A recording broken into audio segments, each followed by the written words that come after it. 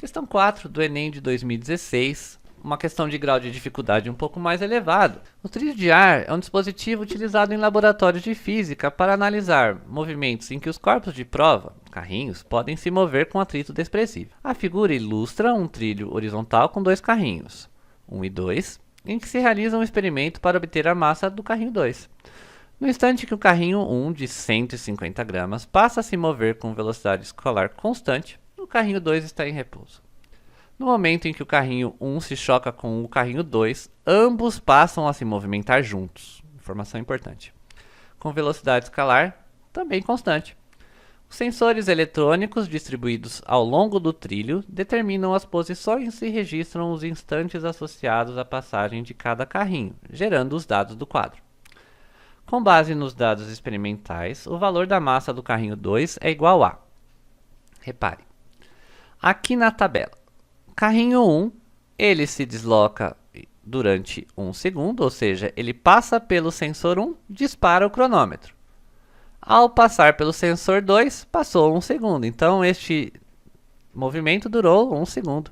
E a distância entre estes sensores é de 15 centímetros. Repare, posição final é 30, inicial 15. O carrinho 2 é fácil notar que está parado, ele permanece na mesma posição durante o intervalo de tempo destes dois sensores. O carrinho 2 não passa por estes dois sensores, ele está parado nesta posição. Após a colisão, os carrinhos se deslocam para a direita e passam pelo sensor 3. Repare que o deslocamento é de 75 para 90 centímetros para os dois carrinhos.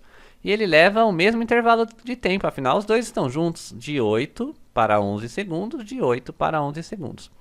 É uma questão de conservação da quantidade de movimento. Trazendo as informações para esse slide em branco, nós sabemos que a massa do carrinho 1, 150 gramas, e que a quantidade de movimento antes é igual à quantidade de movimento depois. Inicialmente, o carrinho 2 estava parado, o único carrinho que tinha movimento era M1. Posteriormente, eles se deslocam junto, M1 mais M2, e agora com a mesma velocidade. Sabemos a massa 1, podemos calcular a velocidade 1 aqui abaixo. Este termo é zero, porque o V2 era zero, o carrinho 2 estava parado. M1 mais M2, esta é a única incógnita, já que a velocidade final, V', pode ser calculado. Eu já havia comentado anteriormente que para calcular a velocidade 1, basta fazer deslocamento dividido pelo tempo. 30 menos 15, posição final, menos inicial, antes da colisão, ao longo destes dois sensores. Velocidade 1, portanto, 15 cm por segundo. A velocidade final do sistema carrinho 1 mais carrinho 2 é o deslocamento, ΔS, 90 menos 75, que dá 15, dividido pelo tempo. Tem que prestar atenção que é 11 menos 8, que dá 3. 15 dividido por 3, 5 centímetros por segundo, coerente com as unidades. Nós nem precisamos transformar centímetros por segundo para metros por segundo, porque em todos os termos aqui aparece a mesma unidade, centímetros por segundo, centímetros por segundo, centímetros por segundo. Portanto, se eu colocar a massa em gramas e a velocidade em centímetros por segundo, a resposta no meu M2 será em gramas, porque todas as massas que eu estou colocando aqui estão em gramas. Surgiria, por exemplo, um 10 na menos 3 em todos os termos se eu quisesse transformar para quilogramas, ou ainda um 10 na menos 2 se eu quisesse transformar centímetros por segundo para metros por segundo. Continuando este cálculo, 150 vezes 3. O que eu fiz de uma linha para outra? Dividi os dois termos por 5. 150 vezes 15 dividido por 5, dividiu 15 por 5, deu 3.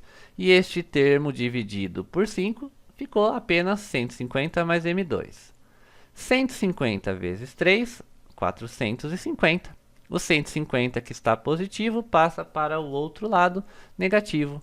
A massa 2, portanto, é 300 gramas, a alternativa correta é a letra C.